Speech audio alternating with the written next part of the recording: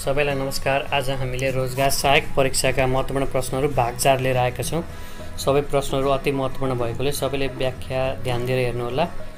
यसभित्र हामीले राखेका छौँ कामका लागि पारिश्रमिकमा आधारित सामुदायिक आयोजना सञ्चालन तथा व्यवस्थापन कार्यविधि 2076, युवा रोजगारका लागि रूपान्तरण पहल आयोजना कार्यविधि 2076, प्रधानमन्त्री रोजगार कार्यक्रम सञ्चालन निर्देशिका 2075 र एउटा यहाँ छुट्टै छ स्थानीय सरकार सञ्चालन ऐन 2074 पनि हामीले राखेको यसमा 4 वटा रहेको छ। अब हामी प्रश्नतर्फ लागौँ। प्रश्न नम्बर 1, रोजगार आयोजनाहरूको स्थलगत अनुगमन गराउन कसले सक्छन्? मन्त्रालय, प्रदेशको सम्बन्धित मन्त्रालय, स्थानीय तह, माथिका सबै। सही उत्तर रहेको छ घ, माथिका सबै नै। प्रश्न नम्बर 2, बेरोजगार व्यक्तिलाई निजले माग गरेको अवस्थामा रोजगारी सम्बन्धी सूचना तथा परामर्श उपलब्ध गराउनुपर्ने जिम्मेवारी कसको रहन्छ? रोजगार सेवा केन्द्रको, श्रम मन्त्रालयको, वडा कार्यालयको, नगरपालिकाको। सही उत्तर रहेको छ क, रोजगार सेवा केन्द्र। अब हामी लाग्यौँ प्रश्न नम्बर 3 तर्फ। प्रधानमन्त्री रोजगार कार्यक्रमको सञ्चालन, व्यवस्थापन, निर्देशन र नियन्त्रण गर्ने मुख्य जिम्मेवारी कसको हुनेछ? नगरपालिका, श्रम कार्यालय, जिल्ला प्रशासन कार्यालय, श्रम मन्त्रालय। यसको सही उत्तर रहेको छ घ, श्रम मन्त्रालय। प्रश्न नम्बर 4, प्रधानमन्त्री रोजगार कार्यक्रमको राष्ट्रिय कार्यक्रम निर्देशकका रूपमा कसले कार्य गर्दछ? अप्सन कमा आन्तरिक रोजगार व्यवस्थापन महाशाखा प्रमुखले, श्रम मन्त्रीले, रोजगार महाशाखाले, मुख्य सचिवले। यसको सही उत्तर रहेको छ क, आन्तरिक रोजगार व्यवस्थापन महाशाखा प्रमुखले। प्रश्न नम्बर 5, श्रम तथा व्यवसायजन्य सुरक्षा विभागको कार्य के हो?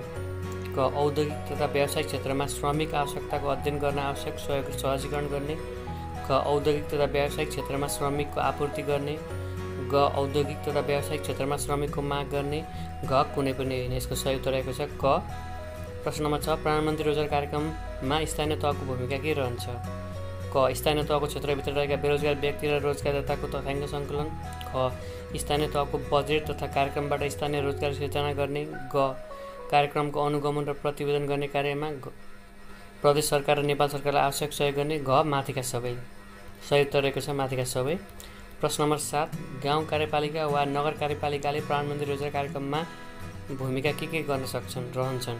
क, वार्षिक बजेट तथा कार्यक्रम तर्जुमा गर्दा रोजगारी सृजनालाई प्राथमिकता दिने।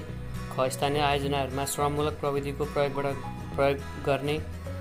ग, क र ख दुवै। घ, माथिका कुनै पनि होइन। सही उत्तर ग रहेको छ क र ख दुवै। प्रश्न नम्बर 8, रोजगार संयोजकले समग्र कार्यक्रमको सम्बन्धमा कसप्रति उत्तरदायी भई कार्य गर्नुपर्दछ? श्रम मन्त्रालय, गाउँ कार्यपालिका वा नगर कार्यपालिकाप्रति, प्रदेश मन्त्रालयप्रति, माथिका सबै।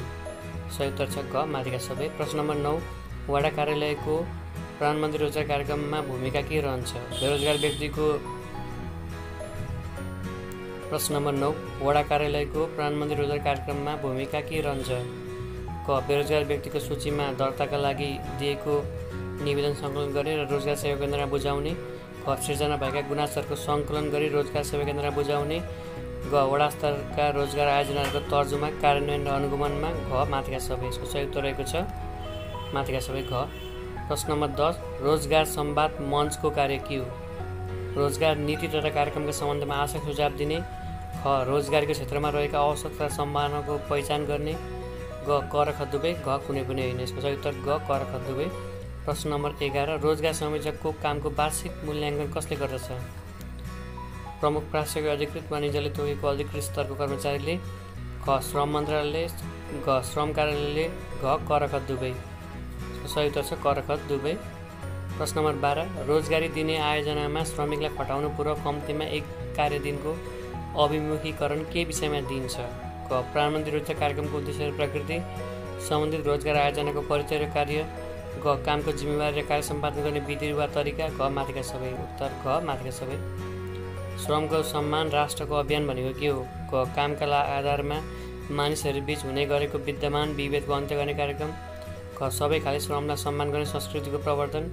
ग, युवालाई देशभित्रैको रोजगारी तथा स्वरोजगारीमा आकर्षित गर्ने अभियानको कार्यक्रम। घ, माथिका सबै। प्रश्न नम्बर 14, प्रधानमन्त्री रोजगार कार्यक्रम अन्तर्गत कार्य गर्ने श्रमिकले प्राप्त गर्ने न्यूनतम पारिश्रमिक कति हो? 574, 571, 576, 620। सही उत्तर ख, 571। प्रश्न नम्बर 15, प्रधानमन्त्री रोजगार कार्यक्रम अन्तर्गत रोजगार आयोजनाका सम्भावित क्षेत्रहरू के हुन्? कृषि, सहकारी तथा पशु विकास, ऊर्जा, सिँचाइ तथा नदी नियन्त्रण। ग, खानेपानी तथा सरसफाइ। माथिका सबै। घ, माथिका सबै। प्रश्न नम्बर 16 प्रधानमन्त्री रोजगार कार्यक्रम अन्तर्गत रोजगार आयोजनाका सम्भावित क्षेत्रहरू कति छन्? 10, 11, 12, 13। सही उत्तर रहेको छ ग 12। प्रश्न नम्बर 17 स्वतः निर्वाह भत्ता प्राप्त गर्ने आधारहरू के हुन्? शारीरिक रूपमा अशक्त, काम गर्न सक्ने गरी अपाङ्गता भएका व्यक्तिलाई, यदि अरू कोही पनि व्यक्ति रोजगार नभएको अवस्थामा, ख 6 महिनाभन्दा बढीको गर्भवती वा सुत्केरी महिलालाई, यदि अरू कोही पनि व्यक्ति उनको परिवारमा रोजगार नभएको अवस्थामा, ग क र ख दुवै माथिका कुनै पनि होइन। सही उत्तर ग। प्रश्न नम्बर 18 बेरोजगार दर्ताका लागि दिने निवेदन प्रधानमन्त्री रोजगार कार्यक्रम सञ्चालन निर्देशिका 2075 को कुन दफासँग सम्बन्धित छ? दफा 18, 19, 20, 22। प्रश्न नम्बर 18 क सही उत्तर। प्रश्न नम्बर 19 हाल प्रचलनमा रहेको कामका लागि पारिश्रमिकमा आधारित सामुदायिक आयोजना सञ्चालन तथा व्यवस्थापन कार्यविधि कुन हो? 75, 76, 77, 78। सही उत्तर रहेको छ ग 77। प्रश्न नम्बर 20 हाल प्रचलनमा रहेको कामका लागि पारिश्रमिकमा आधारित सामुदायिक आयोजना सञ्चालन तथा व्यवस्थापन कार्यविधि कहिले स्वीकृत भएको? 77, 7, 21, 77, 7, 22, 77, 7, 23, 7, 24। सही उत्तर रहेको छ क 7, 21। प्रश्न नम्बर 21 कामका लागि पारिश्रमिकमा आधारित सामुदायिक आयोजना सञ्चालन तथा व्यवस्थापन कार्यविधि अनुसार रोजगारमूलक आयोजनाको प्रकृति के कस्ता रहेका छन्? क सार्वजनिक पूर्वाधार निर्माण, ख सार्वजनिक पूर्वाधार मर्मत, ग श्रमिकको ज्याला रकममा आधारित आयोजना, घ माथिका सबै। सही उत्तर घ माथिका सबै। प्रश्न नम्बर 22 कामका लागि पारिश्रमिकमा आधारित सामुदायिक आयोजना सञ्चालन तथा व्यवस्थापन कार्यविधि अनुसार रोजगारमूलक आयोजनाको प्रकृति कतिवटा रहेका छन्? 3, 4, 5, 6। सही उत्तर रहेको छ ख 4।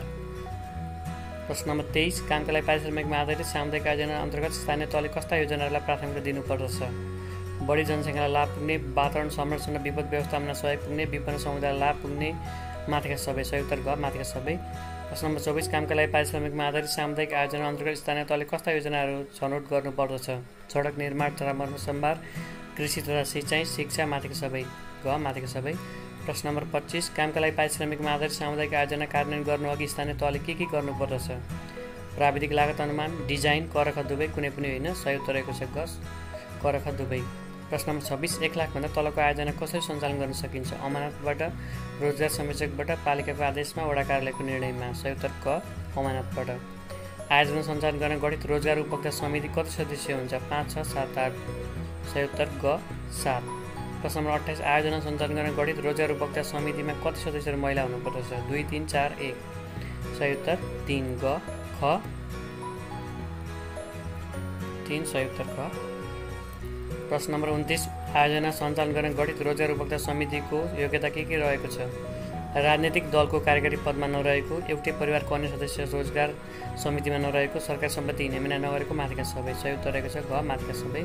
प्रश्न नम्बर 30 आयोजना सञ्चालन गर्न गठित रोजगार उपभोक्ता समितिको पदावधि कति रहन्छ?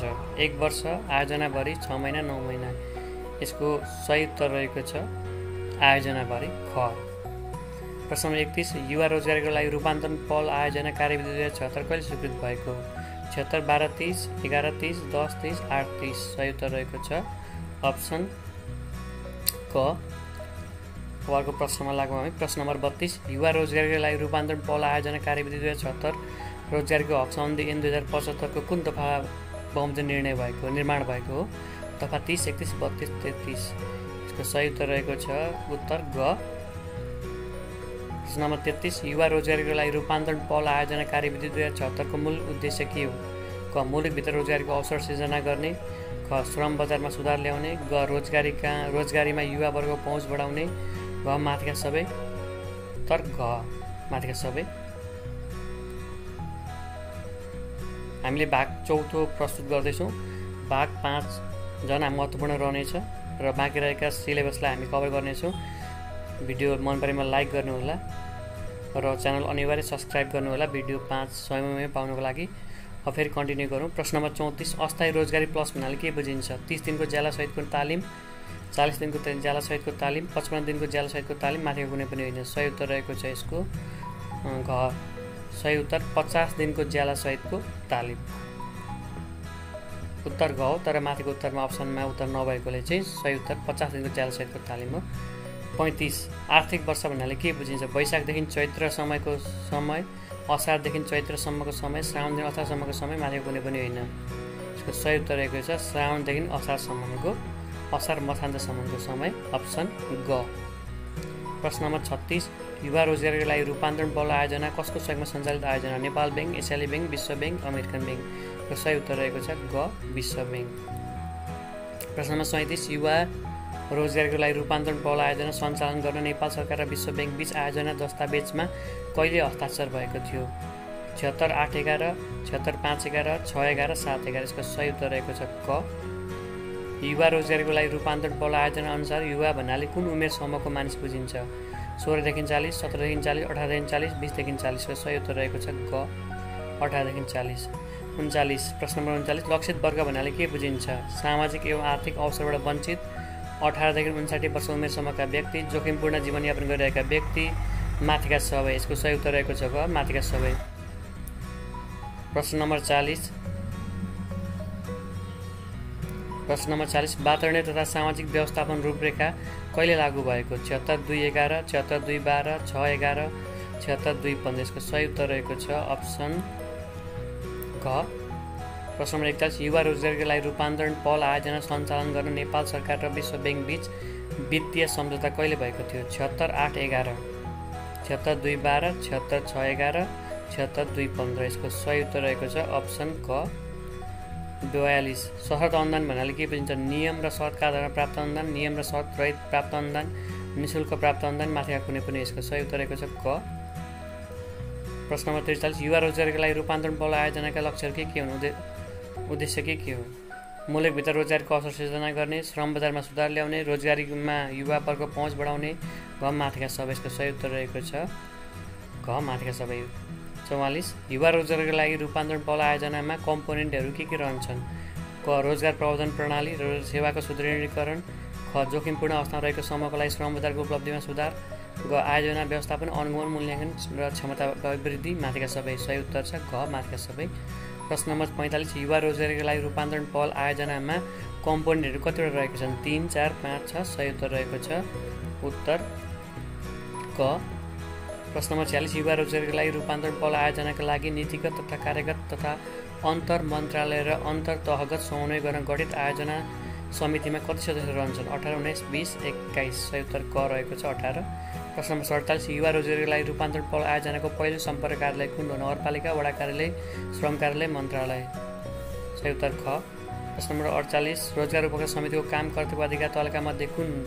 स्थानीय तहसँग आयोजना सम्झौता र कार्यान्वयन, ख श्रमिकको हाजिरी अभिलेख राख्ने, ग ज्याला रकम ब्याङ्क निकासीमा सहयोग गर्ने, ग आयोजनाको प्राविधिक प्रतिवेदन तयार गर्ने। यसको सही उत्तर रहेको छ उत्तर घ माथिका क, ख, ग ठिक छन्।